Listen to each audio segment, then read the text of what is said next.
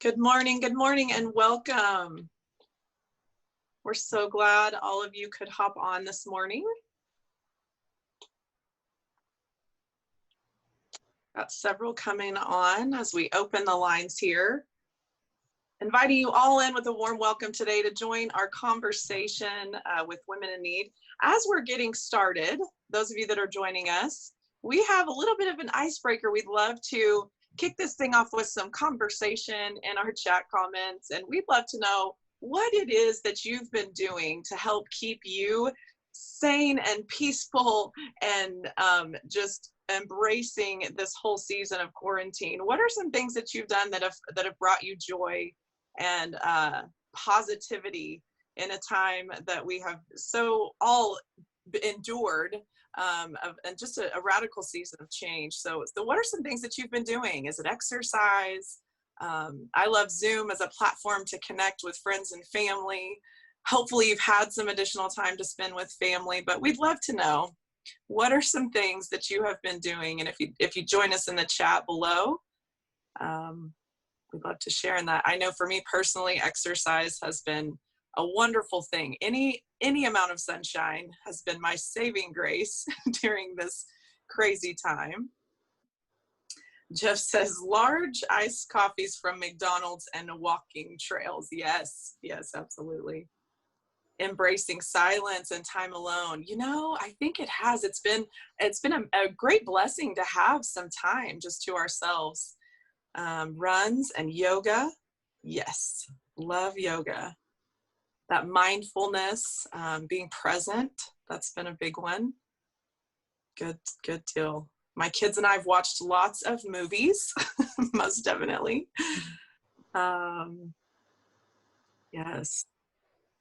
Hopefully you have found some blessing in this crazy time for you and yours, some solace throughout it all.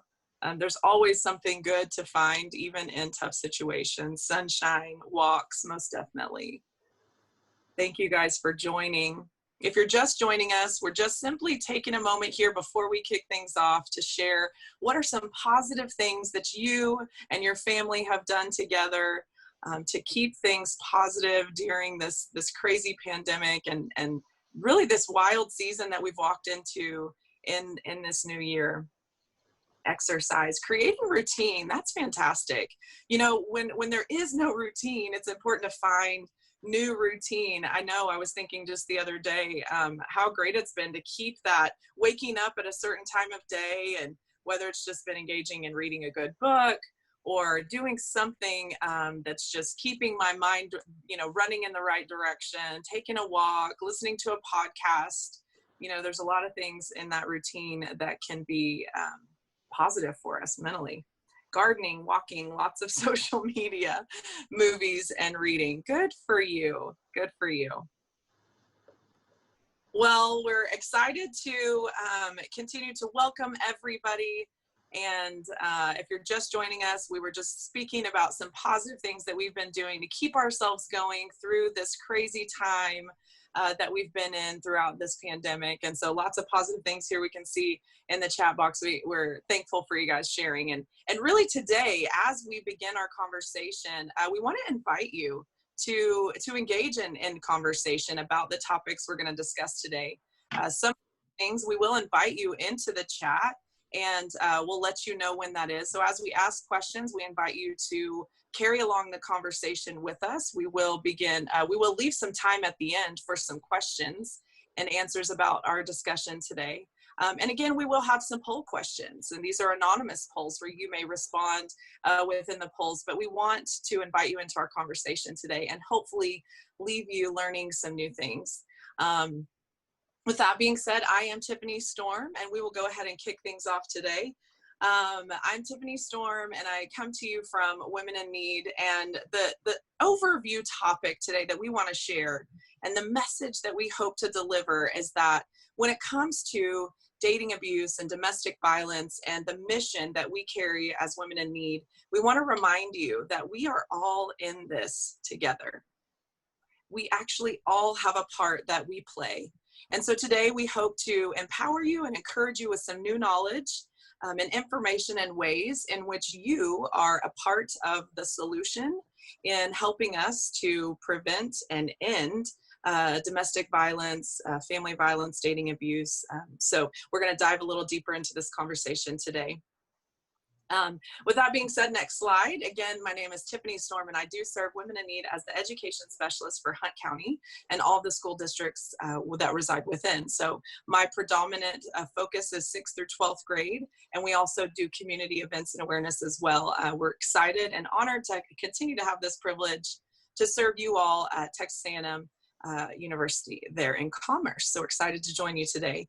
I also want to let you know that we have some support with us today. So I want to remind you that we have a support group with us, your support team with us. 2 of our legal advocates will be joining us from Women in Need. We have Miss Ace Velez, and we also will be having Haley and Nelson here in just a few moments. I think she's currently helping a client, but she'll be hopping on to join our conversations. And as they see fit, they will add to it as well.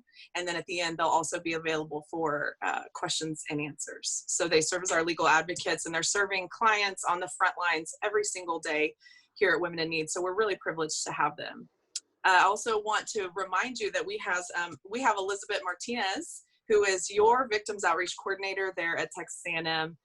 We are so privileged and honored that she would invite us in to continue our conversations with you and talk about Frontlines. She is your go-to person that can help you with resources there on campus. And so again, welcome to all of our support team that's joining us today to sit with us throughout this conversation and be there as your support team. So without further ado, I want to introduce you to my co-presenter, my partner, my mentor.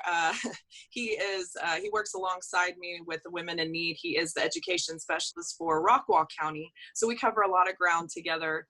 Jlanders comes to us from, he has a PhD, a pastoral ministry background, and he just does amazing work for us here at Women in Need. And so it's a privilege to serve alongside him and to engage in this conversation today. We are absolutely all in this together. And with that, Jeff, I'm going to turn it to you to get this thing going today. So I'll take it away, Jeff. Excellent. Thank you so much, Tiffany. Again, good morning to everyone that has joined us today. We are so glad that you are spending this time with us. Really, I just think of myself as being very privileged to have been married to my wife, Becca, for it will be 17 years this August. And it's my privilege to be a father to 7 children. And as Tiffany mentioned, it's our privilege to serve as education specialist for Women in Need. It's my privilege to serve in Rockwall County, working mainly with 6th through 12th graders, teaching them about healthy relationships and social and emotional learning principles as well. And so I'll just say as well, boy, it just is a great privilege for me to be on this call with you and have an opportunity to share with you some things that we think are helpful and important. What I'd like to do at this point is to briefly go back through what it is that we are about as an organization and some of the services that we offer. At Women in Need, we believe that every home, every family should be a peaceful place. So we then come alongside those families that have been broken apart by some type of family violence or domestic abuse and help them to learn to live again by nonviolent means. So by providing shelter to victims of family violence, by working with those families affected to better understand the challenges that they face, and then stressing some viable solutions for those families, those individuals. Really, it is our goal as much as we possibly can to eliminate family violence and domestic abuse from occurring in the counties in which we serve. And also being a part of that larger movement in which together we create a society that no longer tolerates the abuse of power by any violent or nonviolent means. So again, to help us to achieve that mission, we do offer a shelter facility in Greenville. So we're able to house up to 40 ladies and their children. Again, we do serve men, and so if there is a man who comes to us and is in need of shelter, we have other relationships, other partnerships to be able to meet that need. As Tiffany mentioned, we have a couple of our legal advocates on the call with us today, and they help victims and survivors of domestic abuse and family violence to navigate the legal system, to better understand what are some of the resources, some of the protections that are available to them through our legal system. We also offer support groups, and so once again, led by our legal advocates, an opportunity for victims and survivors to sit around a table, maybe drink some coffee, munch on some cookies, and just encourage one another and empower one another. We also offer a 24-hour day, 7-day-a-week hotline. You'll notice on the screen that we have provided both a telephone number that you can call, also a number that can be messaged as well too. So again, we just want you to know that we're always a phone call or a text message away for anyone that might find themselves in a difficult relationship situation. We do offer our resale stores, My Sister's Closet stores, because of COVID-19. Currently, 2 of our stores are not open to the public, but our stores in Quinlan and Greenville are open, serving customers. And so an opportunity for us to be able to serve those who come to us who are in need of necessary items, clothing items, furniture, those kinds of things. But also as resale stores, the proceeds from those stores go to help us do the work that we do. And then finally, we do a lot of work in education. And so what we call restorative education, helping to restore families and individuals impacted by family violence. And then as Tiffany and I get a chance to work with student groups, what we do in preventive education. And so doing all we can to raise awareness for healthy relationships so that as much as possible, we can chart a course for a much healthier, safer future for us all. So speaking of things being safe and healthy, at this point, we just want to let you know that this conversation really is a safe place. And so as Tiffany mentioned, there will be some opportunity to engage in conversation with us through the chat feature. There will be some poll questions that come up. And we just want to let everyone know that everyone really is allowed to express his or her opinion. And we're going to do our best to respect one another's points of view, even if that point of view may be different from the one that I hold. And really, as we have an opportunity to even allow you to ask some questions, we just want you to know as well that there are no questions that are too outside the field or too off topic. We would love to be able to engage with you in any questions that you might have for us. And so this really is a safe place, and we just want you to enjoy the fact, take comfort from the fact that this is a safe conversation for us to have. And then as well, before we really get into the heart of our presentation, as Tiffany mentioned, we're titling this presentation, we're all in this together, but what does that mean? And at least initially, let me say that when it comes to the topic of dating abuse, it really is an issue for us all. So even if maybe I'm not in a position where I'm a victim of an abusive relationship, or that maybe I'm a person who is engaging in abusive behavior, the truth of the matter is that really all of us have a part to play. And that's one of the things that we want to discover in our call today. By all of us working together, we can certainly make an impact. What we'd like to do now at this point is to share a story with you of a couple in a dating relationship. We're going to call this couple Richard and Adelise. And what I'm going to do at this point is I'm going to share in the chat field the script for this particular expert, or I should say excerpt, written from Adelise's perspective. And so give me just a moment. And I'm going to put that in our chat field. And then what I'll do as that is available to you, then you are welcome just to follow along as I read that. So give me just one more moment and I will get that pulled up.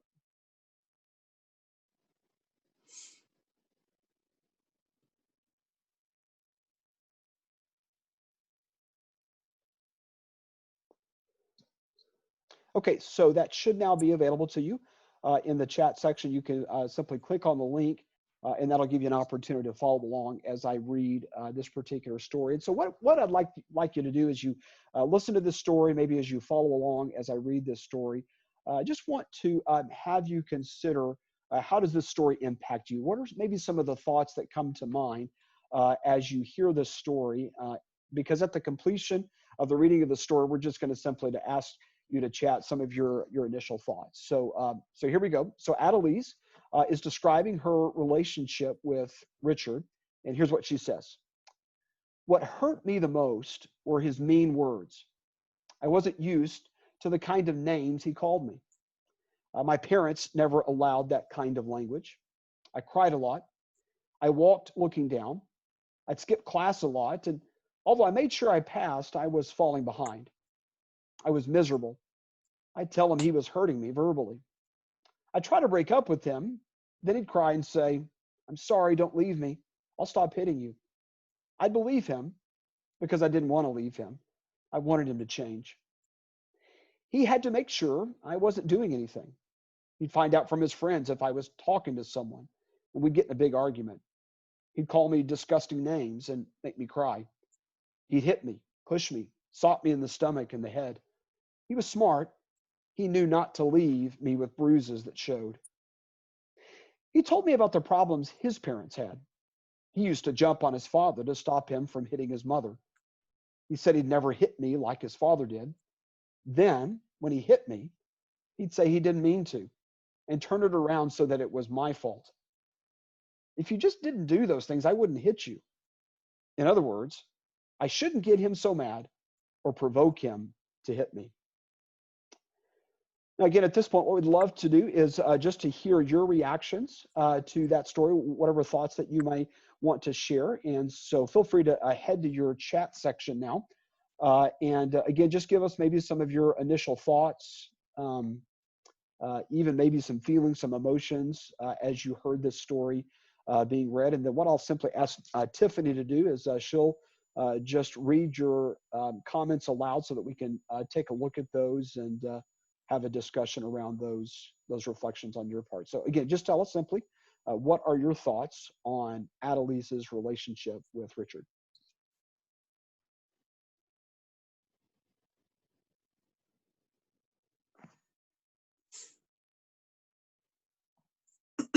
Excuse me. Powerful, so many thoughts and emotions. I felt the exact same way. Yeah, yes. Indeed.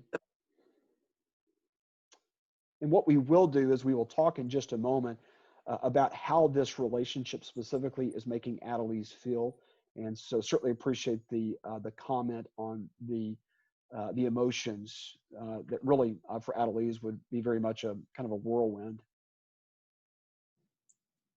Yeah, and I love how they mentioned strong thoughts because I think even emotionally, even on the outside looking in, even not even knowing these two people personally, it evokes a lot of strong emotion in anyone.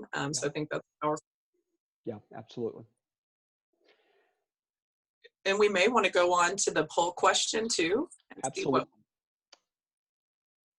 Noticing a cycle of abuse within the family. Love that. Yes. Love that you noticed that because that has a lot to do with this whole entire scenario. Yes, absolutely.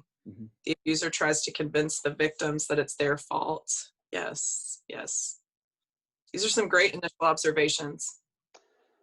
Okay, so as Tiffany mentioned, what we'd like to do is go ahead and launch our first poll. And the question is this, do you think it would be difficult for this young lady to leave this relationship? Now, we heard in the story that she does want to leave him, tried to leave him, but just kind of giving us your observation, difficult or not so difficult to leave a relationship like this? So we'll give maybe just about 10 more seconds for you to respond.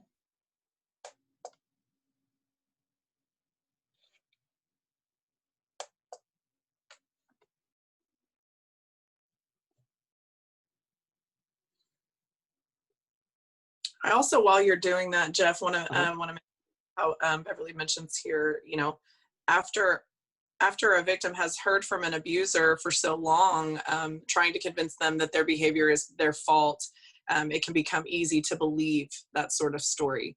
I think that's a really great point to make. You're absolutely right. Absolutely. Okay, so what I'll do now at this point, let me go ahead and end our poll, and I will share the results of the poll. So definitely have a majority saying yes, it would be difficult for this young lady to leave this relationship. And I think really at this point, we just want to highlight the fact that that this would be a challenging situation to leave, and without necessarily getting into too many details at this point, because of the fact that in this relationship, we've already seen things kind of ratchet up to even some physical abuse. And so this young lady, Adelise, really recognizes that this is a dangerous situation. It's dangerous for her to be in the relationship. So you can just imagine that if she was to communicate with her dating partner that she's ready to end this relationship. Again, if there's already been violence and abuse that's occurred, what more potentially is he capable of? And so I think that's just one of the things that we want to recognize. Again, as we think about this whole concept of being all in this together, that for someone who is in an abusive dating relationship, and maybe the thought occurs to us, well, why doesn't that person just leave that relationship? For various reasons. It can be very difficult, very challenging. And so I appreciate you guys being willing to be involved in that poll. So let me go ahead and I will exit out of that poll question for now. And let's continue on with our discussion. What I'd like to do is I'd like to hand things over to Tiffany at this point and take us through some more information about dating abuse itself. So Tiffany, if I can hand it over to you now. Yeah, absolutely. Thank you, Jeff. And I think we saw a lot, just that is a powerful example. And so, let's talk about dating abuse. We talked about kind of that power and control when we discussed several things. So we'll go through this briefly and what is our part to play? And so dating abuse, we have the definition here. It's the pattern of physically, sexually, verbally, or emotionally abusive or controlling behavior in a dating relationship. One of the things that we want to preface here is that guys, dating abuse, domestic violence, there is no discrimination. So be it a male, female, whatever religion, background, socioeconomic status, race, there is no discrimination when it comes to abuse. Abuse happens in every dynamic possible. And so, mostly we do see a predominant abuse toward women, but here's the thing, men are abused as well. We have men that we serve as clients, like Jeff mentioned earlier. Technological abuse is something that we're going to be diving into a little bit deeper in another session later on. That happens extensively, especially, as our society continues to evolve and change. And so we will be looking into that, but we want to just preface our conversation with that. There is no discrimination in dating abuse. Okay, next slide, please. So when we think back to Adelise and Richard, can somebody tell us maybe in the chat section, what forms of dating abuse did she experience? We talked about these 4 types of abuse briefly, had some great examples. The last conversation that we had kind of just had a brief overview there. So tell me what you heard from our story just a moment ago. Okay, so Tiffany, we have somebody saying emotional abuse, verbal abuse. Absolutely. Physical as well. Yes. Verbal, physical, and emotional. Absolutely. We can tend to see cycles of this. We can tend to see one escalate into another. Verbal abuse can easily become forms of physical abuse as that escalates the longer into a relationship that someone is, and we can talk more about that. But yeah, most definitely, we saw several different types of abuse in this scenario. Okay, next slide, please. How did she feel? Okay, so we're talking about Adelise here. How did she feel when he was being abusive to her? Remember, the story that we shared was from her perspective. So if you could just maybe in the chat box type an emotion based on what we saw and in her account, what emotions did she feel? Yeah, we got some great answers coming in. Shock, conflicted, maybe feeling inferior to her dating partner, Mm, being mm, helpless. yeah. Yeah, absolutely. Absolutely. And all of these emotions, which are very appropriate. We have several different types of emotions coming in, and I love that because I think it represents very much what abuse feels like to a target. They feel a range of emotions. They feel a range of conflicting emotions. And it can be very difficult for them to navigate through those things. And so, yeah, I really appreciate that we had such a wide variety here show up in the comments. Um, Tiffany, maybe one thing that we could really point out is we had someone mention that shame is mm, something that she might be feeling, and maybe give you a chance, Tiffany, maybe just to touch on why that would be the case. yeah, a lot of times with them blaming in abusive situations, and that the abuser will oftentimes come back with a reason or an excuse for their behavior, just as we kind of saw in this conversation. That victim blaming can turn into shame, and again, us believing that this pattern of behavior or this abusive behavior that's being inflicted on us is somehow our fault. And I want to just take a moment to reiterate that it is never the fault of the target or the victim in the situation. Abuse behavior are never the fault, but that victim blaming is a psychological um, uh, tool that abusers use to be able to stay in that place of power within a relationship. Jeff, was there anything you wanted to add to that? That's a great point. No, I think you're absolutely right. The person that wrote in about shame added to it by saying that guilt makes us feel shamed. Mm, And so I think you're absolutely right, Tiffany. When a dating partner in a relationship does certain things or says certain things for which maybe I begin to internalize that and say, well, if I had not done what I did, or if I had not said what I said, then instead of being able to recognize the fact that, really the issue, um, is an issue that my dating partner has, not necessarily I have, all of a sudden my guilt over what I maybe think I did then turns to shame. And boy, that's just a vicious downward cycle. And I think, really, Tiffany, that's why we want to have these kinds of conversations, because we realize just how incredibly powerful dating abuse is when it comes to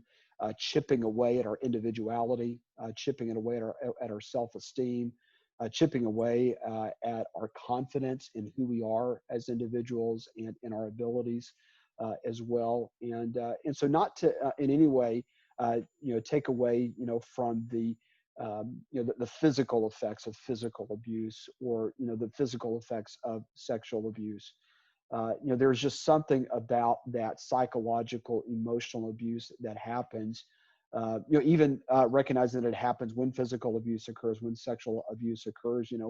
When someone begins to think there's something wrong with me, that becomes a very difficult cycle to break out of. And so, if we can just kind of raise that awareness to yeah. help people in these relationships recognize that, yeah, it's not your fault. There's something going on in that person's life that's making him or her act that way. Then it just really is an empowering message. So to basically get out of that downward cycle. And so yeah, I think that's just an incredibly important point to consider. Yeah, one other thing too to mention is that a lot of times abusers can use guilt as a way to put you in a vulnerable state to create shame. So for example, we also know that from Adelise's perspective, Richard's home life and the things that had happened to him and occurred to him in his life created some of that maybe guilt or difficulty. She just wanted him to change. Those were his exact words, and she wanted to be helpful. And so even from a perspective of that sort of guilt that we have, or an internal struggle that a target may have in this sort of situation, can then really leave us vulnerable to that power and control that an abuser then takes advantage of through our emotions. So yeah, great point. Okay, I think we have another poll. Is it coming up here, Jeff?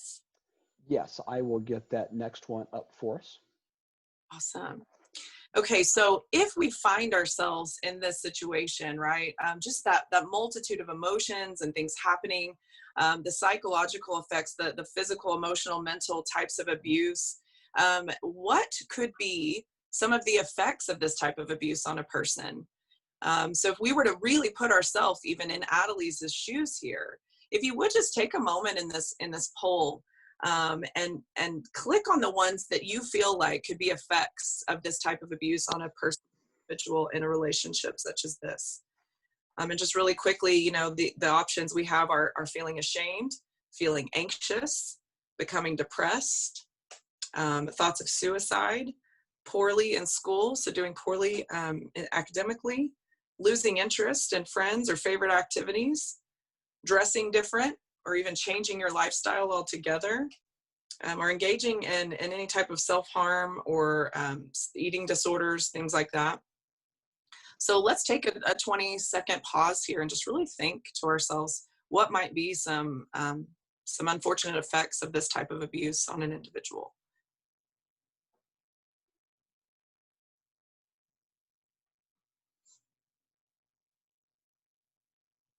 I'm interested to see, you know, when we really put ourselves in the shoes of someone in this situation, you know, how we might feel like it would affect us.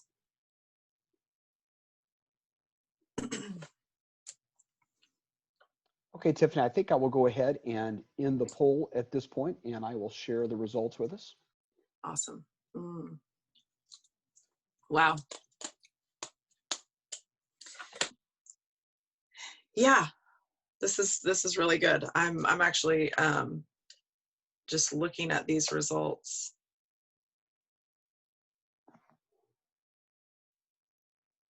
Very good. So yeah, so you can see here, as I'm looking at them myself, they're across the board. Every single one of these things, isolation, discarding, or changing even friends and different relationships, this type of mental, emotional, physical, any form of sexual abuse that wasn't a part of our example that we gave, but any form of abuse can leave a person feeling super vulnerable to all of the things on this list. It can absolutely, and statistics have actually shown that the effects of abuse can be tremendous and affect every other area of our life. And so, yeah, it's unfortunate, but in fact, every single one of these effects are true in a relationship. Yeah.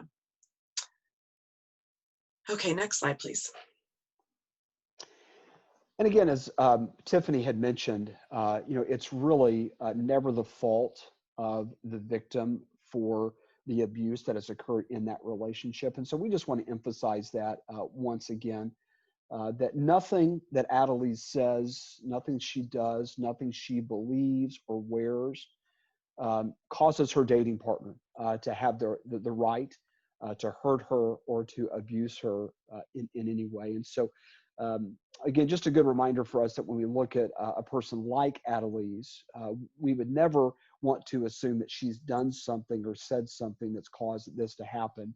That we really want to put the focus on why it is that the dating partner in this relationship is acting in this way. And that's really where we want to go next, is let's just consider why does someone like Richard act in this particular way in his relationship with Adelise. And so again, if you would just head to your chat box and we'll just think together about maybe some reasons for why Richard acts the way that he does. Now, one of the things that, you know, that would be one of the more obvious things for us to consider would be the fact that in the story it states that Richard would intervene in his parents' lives, stopping his father from being abusive towards his mother. And so at least one of the reasons that we would say that Richard is acting in this way is that it is a learned behavior from his childhood.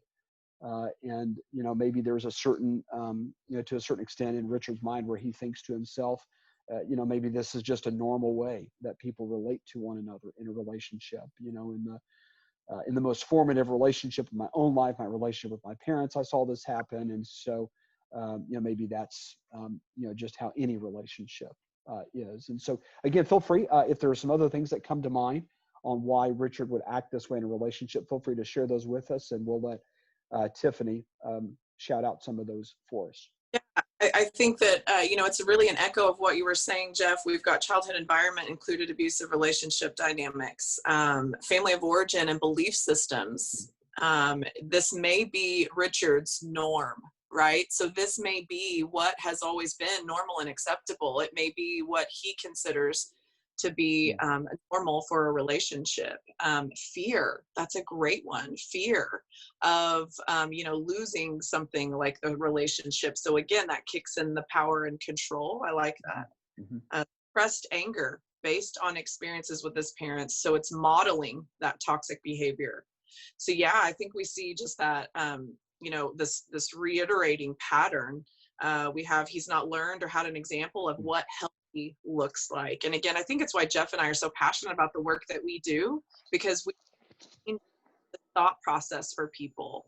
The idea that, it doesn't matter where you come from, that we want to give access to people about what healthy should look and feel like, that they can have a successful life and thrive, and not just thrive. Insecurities. Yeah, I think there's a lot that goes on here. I also feel like, at any point in time when a person's life feels out of control in any other area, sometimes we can begin to see the attempt to control the intimate partnerships or whatever, in whatever way that they can. And so, I definitely think that that's part of it. So yeah, great answers, guys. Thank you so much for participating. I think we can go to the next slide.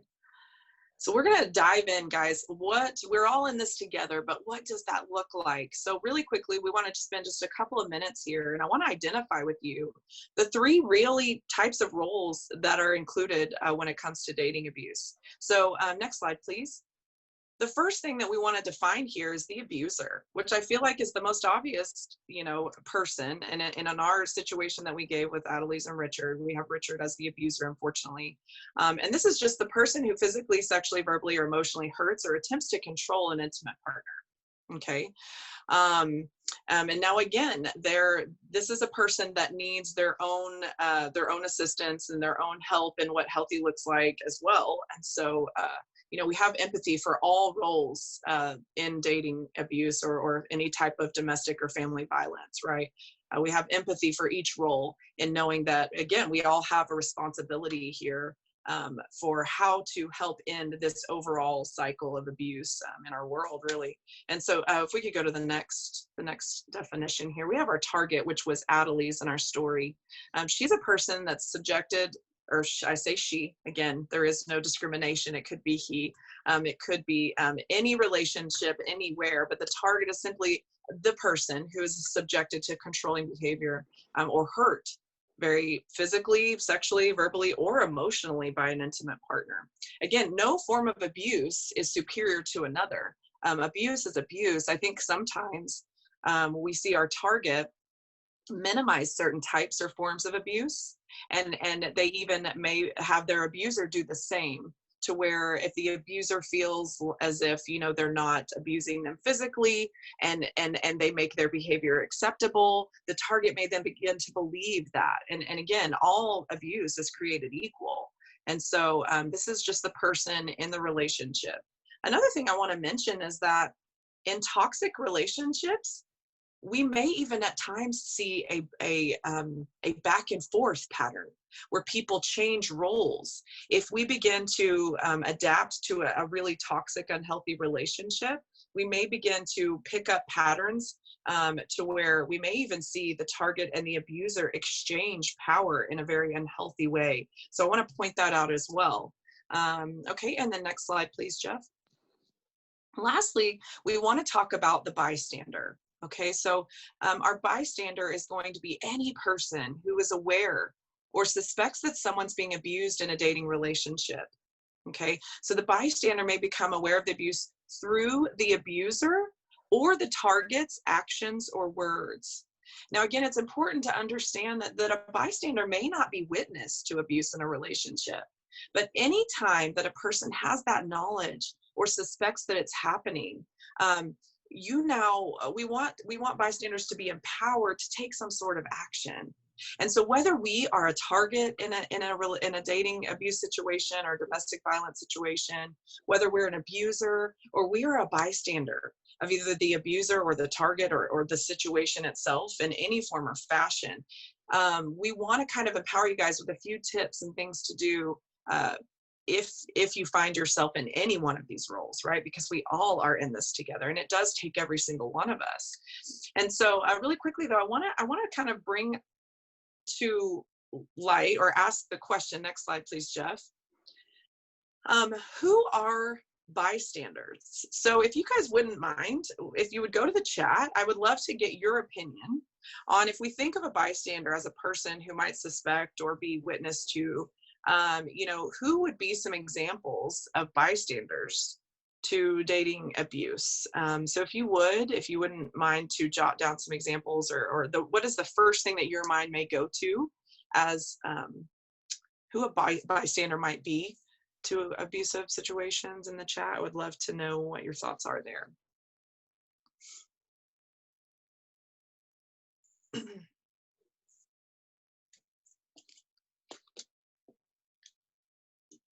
Okay, so Tiffany, some of the responses coming in, we have parents, other family members, friends, peers, co-workers, teachers. Yeah, absolutely. Absolutely. All of those, all of the above, right?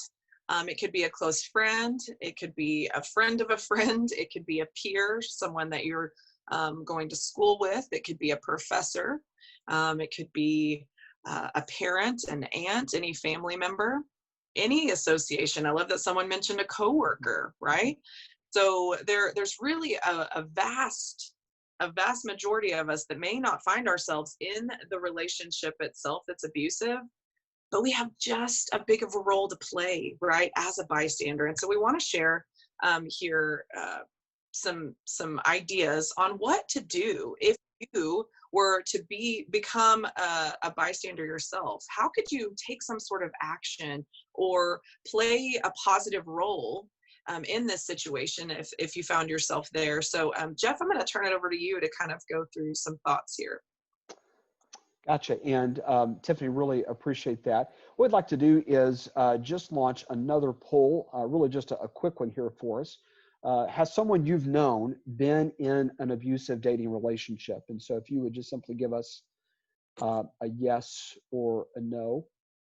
And really, I think that this question is designed for us just to think about the fact that a lot of us, if not all of us, have been in that situation where we would say, yeah, I've been a bystander. Maybe not somebody who has directly witnessed abuse that has occurred, but at least was made aware somehow, some way, that someone I know, whether a family member or friend, has been in an abusive relationship. And so I think that that's definitely what we're seeing here, that all of us are responding that yes, we've known someone who has been in an abusive dating relationship, and which is why, it's incredibly important for us as we think about this whole idea of what does it mean for us to be all in together when it comes to dating abuse. And so what I want to do is just to take some time to think about when I am made aware of a friend or family member who is in an abusive relationship,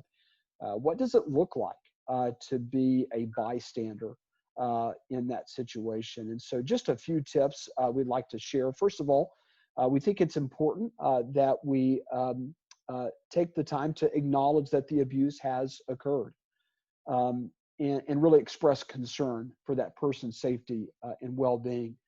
And just as we feel like it's important to emphasize in this presentation the point that the abuse is never the victim's fault, that we just communicate that to the person who's being abused, that in no way does he or she deserve to be abused. Really, the opposite is true. Tiffany and I wholeheartedly believe that everyone deserves to have healthy relationships that encourage them, that build them up, and that empower them. Secondly, again, kind of a similar point, acknowledge that he or she is not at fault. And really, trying to communicate the message that there are some things at work in that abuser's life that is leading him or her to act in that way in that relationship. And I think also as well too, the idea that we would just want to communicate that that person is not alone. One of the things that we had seen earlier, one of the effects of dating abuse on a person is that feeling of isolation. Maybe that sense of the fact that, I'm the only one that's being treated this way. None of my friends, none of my family members seem to be going through something like this that I'm going through. And so we just want to put that myth to rest, that, certainly that individual is not isolated. Not only does it occur to other people, but we just want to let that individual know that ourselves and others are certainly in the corner of that individual to encourage and to help. Third, we encourage bystanders to be supportive, to be patient, to just simply be someone who is available to listen, not necessarily somebody that is going to address that conversation, thinking to himself or herself that I can solve that person's problems. Sometimes just by being that listening ear can be incredibly helpful and encouraging. Fourth, we want to avoid being judgmental or critical as we're in that conversation with that individual. I think Haley had pointed this out in our last call, and I think it's just helpful to remember that when somebody is in an abusive relationship and is attempting to leave that relationship, there may be multiple attempts to leave that relationship.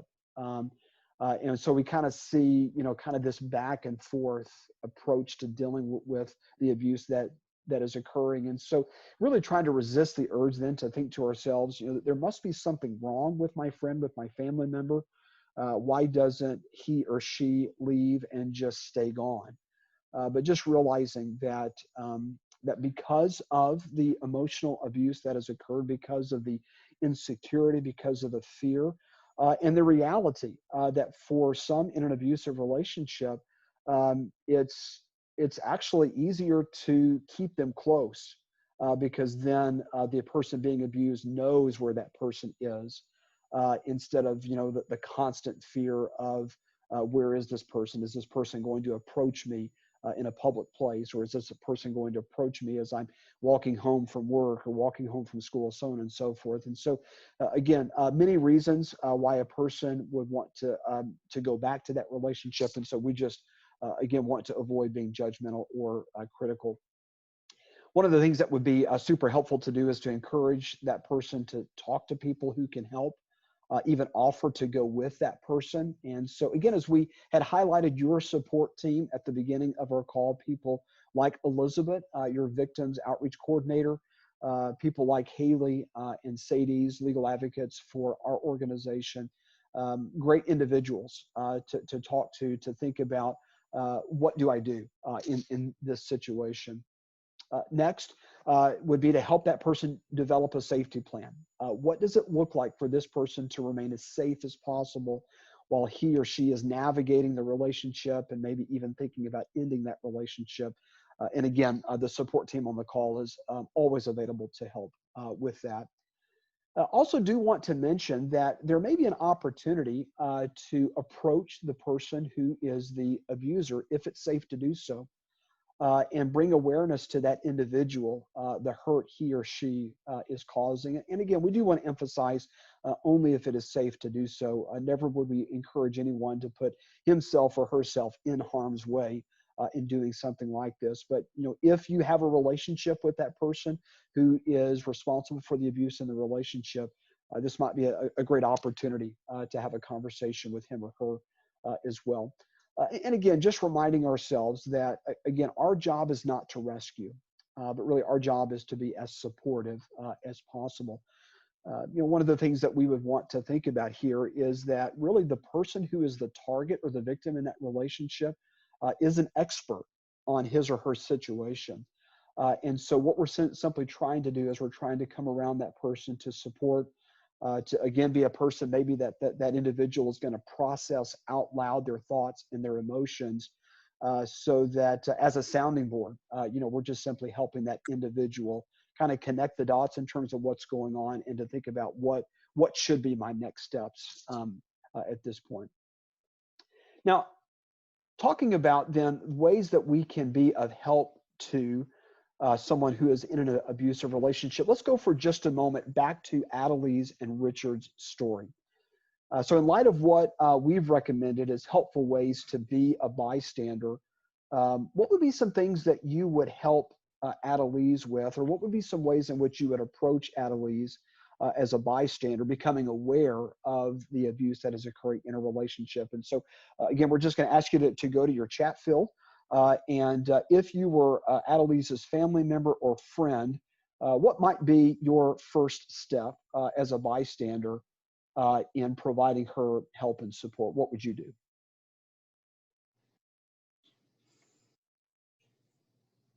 Yeah, I think that's a great question to ask. Because I think at the end of the day, it gets us thinking. And Jeff, I appreciate you giving us that list, because I think it's important. A lot of times as a bystander, we don't know where to start. And so I think giving that list of almost actionable ways that and steps that we can take as a bystander, becoming more informed and made aware of that is so important. Right. Well, and really, Tiffany, I think one of these we can say as well that, it's just a matter of showing up and being available. That, it may be somewhat easy. And I think, Haley, in the story that she had shared of the dating relationship in which she was being abused, that, kind of just that sober moment in that event where, if I remember correctly, it was a bloody lip and nobody asked her what was going on. And so I think, just as someone has mentioned in the chat, validation to recognize that there is abuse occurring, and then just simply being present. And I like what was shared as well too, that we definitely want to connect them with an advocate. We probably realize, and I would even say this about me, that though I'm in the field of prevention and awareness education, really it's one of those things that I recognize that our advocates are skilled and equipped well to be able to navigate that safety plan and take a look at all the resources that are available. And so trying to, as much as we possibly can, to encourage that person to connect with an advocate is incredible.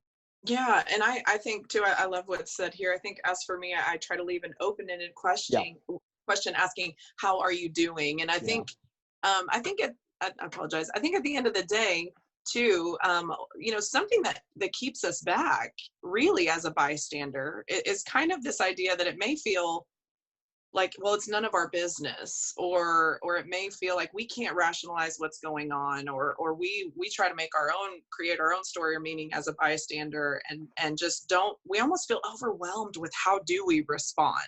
And so I love this list because I think it makes it really doable. It makes it reasonable. Like, yes, a person just needs to be validated. They need to know, quite honestly, that it's not their fault, that these behaviors are not okay, that you are willing to be a support. And so I love this. As a bystander, listen, allow the person to be validated, heard, and provide those resources. Yes, if we see something, we should do something. Thank you so much for sharing that. That's absolutely the case. And so, let's go to the next question here, because that's a powerful one. Yeah, absolutely. And I guess, Tiffany, what I would suggest at this point, just kind of looking at our time to make sure that we do end on time. Tiffany, I'll just throw this one to you. Let's say that I am a friend of Richard's. And let's say that I approach Richard with the concern of how he is treating Adelise in this relationship.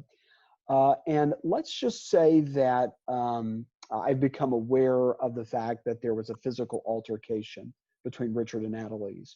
And Richard was to say something along the lines of, you know what, it was just a fluke. It'll never happen again. How do you think, as the bystander, as the person who is talking to Richard about that, or how would you encourage me to respond to an excuse like that? Well, first of all, I think it's super important to recognize that abusers every single time will create an excuse. It's really the way that they psychologically rationalize their own behavior. quite honestly. And so there will always be an excuse. It's part of what keeps that cycle of abuse going. Just like there's always a honeymoon phase after we see an act of abuse, there's always a reason, whether that's victim blaming, whether it's an excuse to a bystander about the reason that it's happened. So I think it's important to understand, as a bystander, if you see the abuser, or maybe it's your friend that is the abuser, that you look beyond those excuses, and that you really address the behavior itself, aside from any excuse that they would be asked to provide. It says here, I would ask Richard what he thinks motivated him to demonstrate the abuse. So I think that's a great question. That's kind of a deeper question for him to really do some introspection and really try to identify his own self, where this negative or perhaps violent behavior is coming from, because there is a deeper issue here. I also think it's important to, as a bystander, speak up that it shouldn't really be, it's not really especially if it's physical abuse, this isn't a tolerated, action. But I think it's important too to let them know, like, hey, there are resources, there's support. Whether it's just there's some anger issues going on, whether it's some sort of, letting an abuser also know that there's support for their behavior, that there's another way, that there's a healthier option, and that what's happening isn't okay. Those direct conversations, if you feel it's safe to do so, especially if you're a person that's close to them as a bystander, let's not sit back. Let's take those action steps that we can to do our part as a bystander to a person like that. So I think that's great. If we want to just go, do you want to try to go quickly as we wrap up through the how to keep ourselves safe, and then we'll put. You want to let's go ahead and do that, guys. We just want to run through really quickly as we wrap up. We know we've kept you in conversation for quite a bit today, but we will at the end go ahead and put up our email addresses for any direct questions that you may have. Again, we're always here for you, but we do want to go through a quick list. If you were the target in a relationship, what are things that you can do to take action to keep yourself safe? And as a bystander, you can take note of these as well. But the first thing is talk with a trustworthy person that you care about and that you feel like safe with, about what you're experiencing. Find somebody that you feel safe enough to talk to about the truth of what you're experiencing. So maybe that's not a close family member or friend. Maybe that feels a little bit uncomfortable. Maybe it's one of our advocates, right, in a safe space where they understand already what it is that you're dealing with. But find that trustworthy person for you, and talk about your experiences. Number 2, if we could go to that slide. Create that dating safety plan. So we mentioned this earlier, right? As a bystander, support and help someone through that, right? So if you're the target, create a safety plan. And our support team, our legal advocates, I know Elizabeth could help with this as well, but I want you to know that a safety plan needs to be personalized for you. Right? So whatever your situation is, our advocates, that's what they're there for, right? Your advocates on campus, that's what they're there for, is to help you create a plan that can keep you safe and help you end the relationship safely. Because ending the relationship is the most dangerous time in a dating abuse or a domestic violence situation.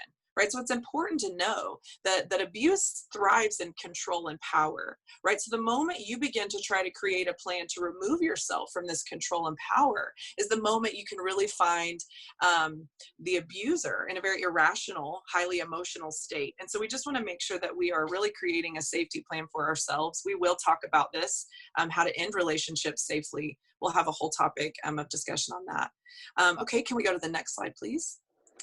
Number 3, contact the police if you are being currently hurt or you feel your life or yourself is in immediate danger. Please know that physical violence, no violence is ever acceptable. So that is absolutely an option. Contact your local police if you do need help. Don't be afraid to do that. Okay. Next. Consider obtaining a protective order if necessary. This can be a part of your safety plan. And again, our advocates are standing by. They're always there to help you determine if this is the right step for you to take. Okay. Next slide, please. If where you live is not a safe place, if you live with your abuser, if you are in contact with them, consider a shelter. We do have a shelter here at Women in Need, but consider a different means of a place for you to stay to create that distance, especially if you are trying to remove yourself from the situation. Okay, next slide, please. If you have ended or plan to end the relationship, continue to use precaution, right? So maybe you haven't decided fully how you're going to go about this, but keep in mind it is that most dangerous time, and that it's important to not try to do this without support, and know that you have support available. We are here for you. It takes all of us to address this issue, but that you do have so many people in your corner. And that's the biggest message that we really wanted to send today, in that we all play a part, right? So continue to take those precautions, continue to seek your support systems, stay in contact with them and let them know and keep them updated on how things are going for you. Okay, next slide, please. Yeah, and Tiffany, real quick, let me just comment on Monique's comment. She'd actually asked the question, when would you recommend someone create a dating safety plan? And Sadie's, again, one of our legal advocates, said as soon as you see or suspect that abuse is going on.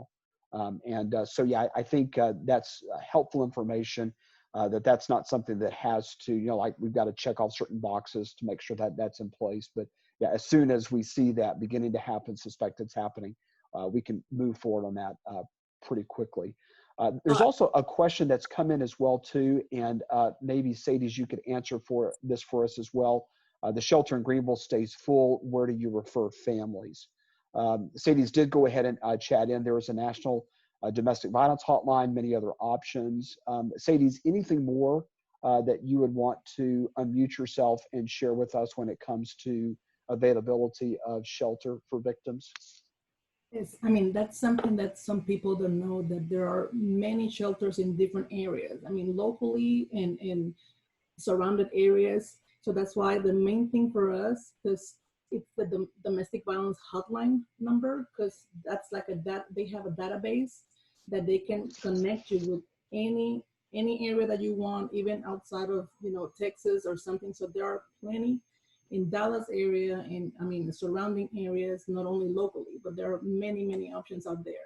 And these people, what I love about the domestic violence hotline is that they even can make phone calls for you to different shelters depending on your situation. There's people that have pets, or I have kids, or I have disabilities or something, so they can connect you with the right shelter that you need. Awesome. Sadie, thank you so much. And I'm just going to, in the chat, put in that National Domestic Violence Hotline number so that you have that available to you as well. Sadie, thank you so much. Yes, thank you, Sadie's. On that note, we can kind of wrap up here, but is there any other questions regarding anything that we really discussed today? I know we're running a couple minutes over on time and we are wrapping up here, but I would love to just take a moment if there's anything else that's important. We're here, and if nothing else to address today, Jeff, if you want to go ahead and move to the slide with our contact information. What we'll do is leave this here with you. You can screenshot it. You can also find us on our website at wintexas.org. Elizabeth is a great resource for you there on campus. And again, Elizabeth, we just want to thank you so much for your partnership to Texas A&M University there in Commerce. We appreciate what you guys are doing to allow us to partner and be of resource, because this is something we're super passionate about, and looking forward to continuing these conversations with you, learning, growing, and also being of support. And just remembering, I think it's important for all of us to remember that we are all in this together. There is power in unity, and that we can create healthy, happy, thriving homes by understanding what role we can play in ending domestic violence and dating abuse. So it starts with us. And thank you, Jeff, my partner. Thank you, Sadie's, and everyone else that joined us today. And we will go ahead and call it a wrap. You guys have a great rest of your day. Thank you so much.